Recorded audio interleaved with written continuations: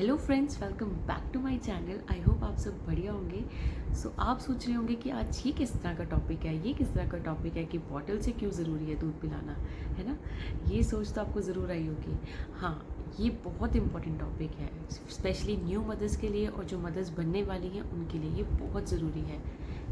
आप ये सोच रहे होंगे कि अक्सर ये सुनने को आता है या डॉक्टर से ये सुनने को मिलता है कि ब्रेस्ट फीडिंग, जिसे हम स्तनपान, यहाँ जिसे हम माँ का दूध कहते हैं, ये बहुत ज़रूरी है बच्चों के लिए।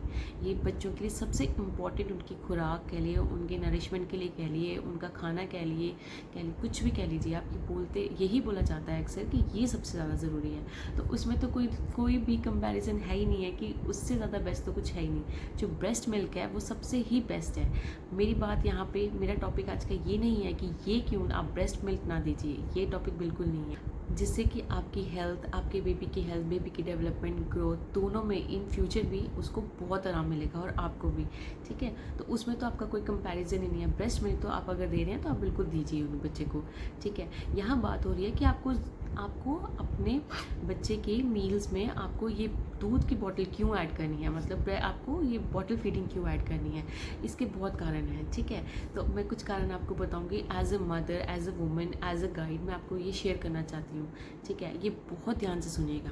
जो ब्रेस्ट मिल्क होता है उसका तो आप कंपैरिजन है ही नहीं है। ठीक है, लेकिन जो बॉटल मिल्क है या बॉटल फीडिंग हम कराते हैं, उसमें आप ध्यान रखिए कि आपको मैं ये नहीं कह रही कि आप उसमें फॉर्मूला मिल्क ही दीजिए, आप उसमें अपना मिल्क खुद ही पम्प करके दे सकते हैं। ठीक है ही नहीं कि मैं आपको बोल रही हूँ कि आप अपना दूध देना बंद कर दीजिए, ऐसा कुछ भी नहीं है। ठीक है, वो आप कंटिन्यू रखिए।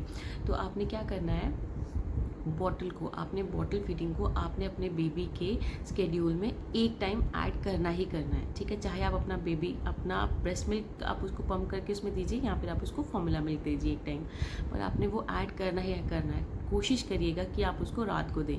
अब इसके रीज़न बताती हूँ क्यों।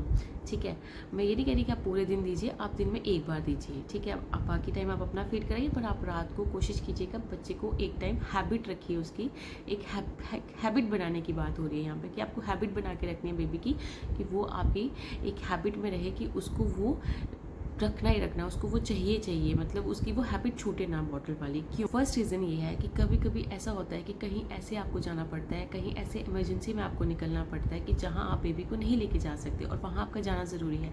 उस टाइम आप क्या करेंगे? उस टाइम मदर्स इतना ज़्यादा पैनिक हो जाती हैं कि बेबी का क्या होगा, बेबी को कैसे खाना मिलेगा या कैसे वो अपना पूरा करेगा, सोएगा कैसे है। तो इसमें अगर आपने उसकी बेबी की हैबिट बना के रखी है, स्टार्टिंग से आपको हैबिट बना के रखनी है एक टाइम देने के लिए, तो वो बेबी आराम से पीछे से आपके भी आराम से अपना दूध पी के आराम से सोएगा। अगर बेबी ने दूध पिया होगा तो वो सोएगा भी। ठीक है, तो आपको इस चीज़ की टेंशन नहीं रहेगी। ठीक है, तो ये बहुत बड़ा रीज़न होता है। सेकंड हो गया कि बेबी का एक जो बॉन्डिंग होती है ना, एक इमोशनल अटैचमेंट होता है ना, वो आपके साथ साथ उसका अपनी फैमिली के साथ भी बनेगा, उसके फादर के साथ बनेगा, उसके ग्रैंड पेरेंट्स के साथ बनेगा, और भी जो भी आपके फैमिली में हों।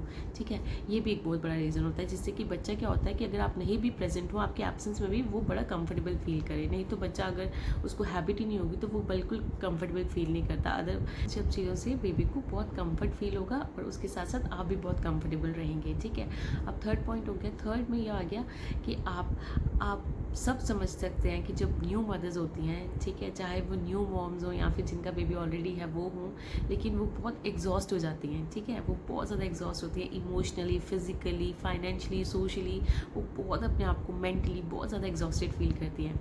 ठीक है, तो अगर बेबी को बॉटल की हैबिट होगी तो आप कभी भी अपने बेबी को या फैमिली मेम्बर में कोई भी आपके अलावा भी उसको बॉटल फीड करा सकता है, जिससे क्या होगा कि आपको थोड़ा सा अपने लिए सेल्फ टाइम मिलेगा, मी टाइम जिसे हम कहते हैं। ठीक है, उससे क्या होगा कि मी टाइम से क्या होता है कि थोड़ा सा मतलब ज़्यादा तो मैं नहीं कह सकती, बट थोड़ा इंसान को, थोड़ा मदर्स को जो होता है वो अपने लिए जब टाइम मिलता है, थोड़ा सा चाहे वो कुछ नहा लें, चाहे कुछ काम कर लें अपना, चाहे थोड़ा रेस्ट कर लें, इतना सा भी टाइम मिल जाए ना वो न्यूली जो मदरहुड होता है उसमें, तो वो बहुत ही आपको मतलब ऐसा लगता है कि हाँ थोड़ा सुकून मिलता है। ठीक है, तो मी टाइम मिलना बहुत ज़रूरी है न्यूली जो मदर्स होती हैं, बिकॉज यही मेन प्रॉब्लम होती है कि आफ्टर जब बेबी हो जाता है, वो जो पोस्टपार्टम डिप्रेशन होता है वो बहुत बहुत ज़्यादा, क्योंकि हमारी नींद ही पूरी नहीं हुई होती है, मतलब खाने का टाइम नहीं होता, खा नहीं सकते ढंग से, कुछ कर नहीं सकते, वॉशरूम नहीं प्रॉपर्ली जा सकते, इतना ज़्यादा अगर आप होली सोली अगर आप ब्रेस्ट फीड पे बेबी आपका डिपेंडेंट होगा तो ये सब तो प्रॉब्लम बहुत ज़्यादा आती हैं। मतलब आपके सामने खाना रखा होता है वो नहीं खा पाते, अब इतना ज़्यादा प्रॉब्लम होता है, ठीक है। तो इसलिए आप हमेशा ये याद रखें कि आपने as a mother, as a experienced mother मैं आपको बता रही हूँ कि आपने ये चीज़ करनी है। आप देखिए इसके कितने फ़ायदे होंगे और आपको भी बहुत हेल्प होगा और बेबी को भी हेल्प होगा। नहीं तो बेबी भी बहुत इरिटेटेड हो जाता है, वो भी एक ही टाइम आपके टाइम 24 घंटे अगर आप ही उसकी सुपरविजन करेंगे, आप ही उसके साथ रहेंगे तो बेबी भी इरिटेटेड हो ही जाता है, ठीक है। इससे क्या होगा कि वो बेबी जब आप उसको बॉटल मिल्क देंगे, कि कोई भी फीड करा सकता है, तो उसको क्या होगा, वो इमोशनली भी बहुत ज़्यादा सबके साथ कंफर्टेबल फील करेगा। तो अगर आप वर्किंग हैं तो आपको तो फिर ये बहुत ज़रूरी है करना। तो अगर आप नॉन वर्किंग भी हैं तो भी ऐसा कुछ नहीं होता है कि नॉन वर्किंग है तो उनको कोई काम ही नहीं है, ऐसा तो कुछ भी नहीं है। हाउस वाइफ्स को भी इक्वली मतलब उनका भी मतलब एक जॉब ही की तरह होता है काम। तो इसलिए आप ये मान के चलिए कि आप एक टाइम उसको ज़रूर बॉटल फीड कीजिए, जिससे कि आपको भी हेल्प होगा, बेबी को भी हेल्प होगा, ठीक है। तो आपको अगर मेरी ये वीडियो अच्छी लगी होगी, इसे ज़्यादा से ज़्यादा शेयर कीजिएगा अपने जो भी आपके आस पड़ोस में, आपकी फैमिली में कोई न्यू मेंबर है, कोई न्यू मॉम बनी है, या जो प्रेग्नेंट लेडीज़ हैं, या आपकी जो फ्रेंड्स हैं उनके साथ शेयर कीजिए मेरी वीडियो। चैनल को सब्सक्राइब कीजिए, लाइक कीजिए, और मैं ऐसे आपके लिए बहुत इंपॉर्टेंट वीडियोज़ और भी लाने वाली हूँ। और न्यूली मैं आपके लिए अब सीरीज़ कुकिंग सीरीज़ भी शुरू करने वाली हूँ जल्दी ही। बस मुझे थोड़ा सा टाइम मिल जाए और मैं वो शुरू करूँगी। और आई होप आपको ये वीडियो अच्छी लगे, आपको थोड़ा फ़ायदेमंद लगे। Thank you for watching my video and नमस्कार।